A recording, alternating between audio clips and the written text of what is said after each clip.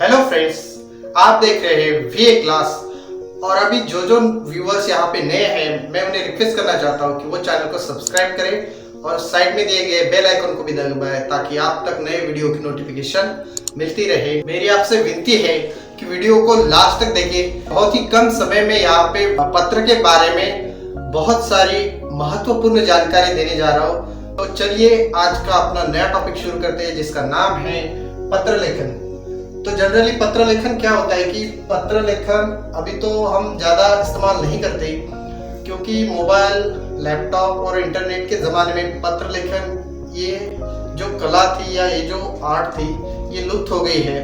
तो अभी हम पत्र लेखन इस तरह से करते हैं कि ईमेल टाइप का पत्र लेखन होता है। तो ईमेल टाइप का नए तरीके से जो पत्र लेखन हो रहा है वो कैसे होता है, ये आज हम वीडियो में देखेंगे।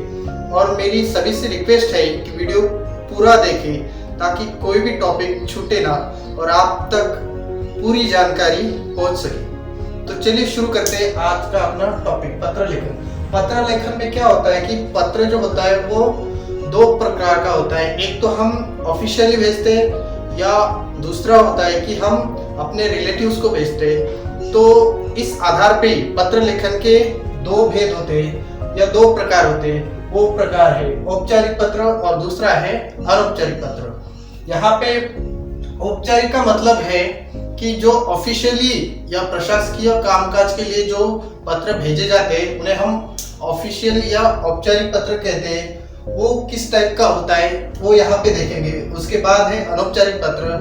वो पत्र जो कि हम अपने रिलेटिव्स को भेजते हैं, किसी मित्र को भेजते हैं, उसे हम कहते हैं अनौपचारिक पत्र। उसको भी हम कैसे लिखेंगे ये यहाँ पे हम देखेंगे।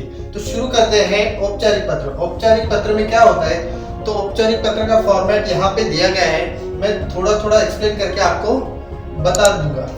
तो सबसे पहला पॉइंट आता है कि सेवा में। उससे भी पहले मैं ये बात क्लियर कर दूं कि जब भी आप नए टाइप का पत्र लिखते हो तो वो पत्र आपको ईमेल के फॉर्मेट में लिखना पड़ता है। ईमेल कैसा होता है ये बहुत लोगों को पता होगा, पर जिनको भी पता नहीं है कि ईमेल टाइप लेटर हम कैसे लिखते हैं, तो मैं उनके लिए बता दूं। जो भी हमारा पेज होता है तो पेज के इस साइड में पूरा लिखा जाता है, उस साइड में अब कुछ भी नहीं लिखा जाता, क्योंकि ईमेल लेफ्ट साइड में लिखा जाता है। और जो भी आपका रहेगा एड्रेस वगैरह सब कुछ वो लेफ्ट साइड में आएगा। तो सबसे पहले यहाँ पे ये समझो, मान लो कि ये पेज है, तो यहाँ पे आपको सबसे पहले ये सेवा में लिखना है, वो भी लेफ्ट साइड में। उसके बाद आता है सेकंड पॉइंट, प्राप्तकर्ता का पद तथा पता।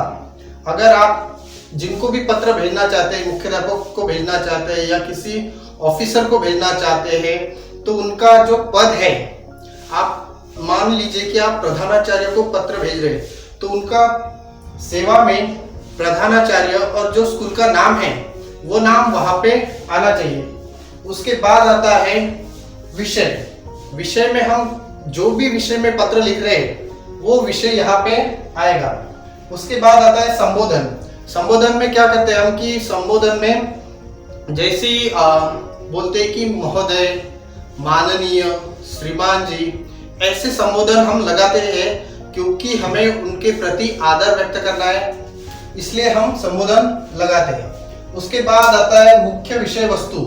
यहाँ पे हम माननीय महोदय लिखने के बाद या महोदय लिखने के बाद हम अपने हमारा जो विषय है, जिस विषय में हम पत्र लिख रहे हैं, वो वहाँ पे हम लिखना शुरू कर देते हैं। उसके बाद आता है समापन। समापन में क्या होता है कि जो भी हमने विषय लिया है उससे रिलेटेड हमें जो चाहिए या हमने किस संदर्भ में पत्र लिखा है वो वहाँ पे छोटा सा उसका सारांश जो है वो वहाँ पे आएगा। जो आपको चाहिए वो आपको उस समापन में आना चाहिए। उसके बाद आता है धन्यवाद। जब भी हम कोई बात बोलते हैं उसके बाद हम बात पूरी करने के लिए किसी को हम धन्यवाद बोलते हैं कि धन्यवाद, हमारा काम हो गया। तो वहाँ पे धन्यवाद लिखना बहुत ही जरूरी है। उसके बाद हम पत्र लिखते हैं, उसका जो आखिरी का भाग होता है वो होता है आपका या भवदीय। इन दोनों का अर्थ सेम ही है। भवदीय को भी आपका ही बोलते हैं, अगर हम बोलते हैं कि आपका प्रिय शिष्य, उसके बाद आता है यहाँ पे प्रेषक का नाम और पता।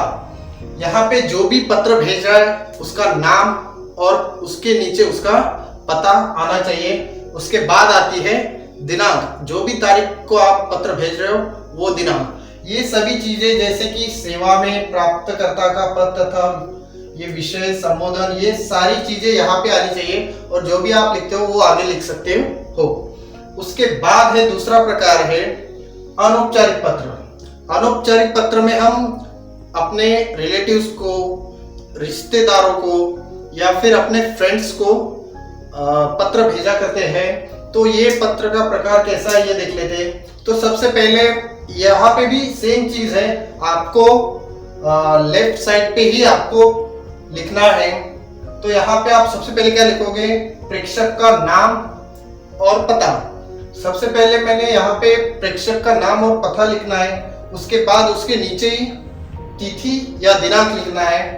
तिथि या दिनांक लिखने के बाद संबोधन। संबोधन में क्या होता है कि जो भी हमें बड़ों को लिखना है या छोटों को लिखना है तो वहां पे हम लिखते हैं कि प्रिय सखी या फिर प्रिय पिताजी या आदरणीय पिताजी, या फिर छोटों को अगर लिखना है तो प्रिय मित्र लिखते हैं। तो उस तरह से हम संबोधन लिखते हैं। उसके बाद आता है अभिवादन। अभिवादन अगर बड़े हैं तो उन्हें नमस्कार कहते हैं। उसके बाद छोटे हैं तो उन्हें सस्नेह प्यार कहते हैं। इस तरह से अभिवादन दिया जाता है। उसके बाद आता है कुशल क्षेम ज्ञापन। यहाँ पे क्या होता है कि हम जो प्रस्तावना या सादरीकरण, प्रस्तुतिकरण जो भी बोलते हैं वो यहाँ पे आता है। जैसे कि हम पत्र की शुरुआत में लिखते हैं कि सादर नमस्कार, मैं आपका दोस्त, वैसे ऐसे यहाँ पे लिखा जाता है। उसके बाद है मुख्य विषय वस्तु।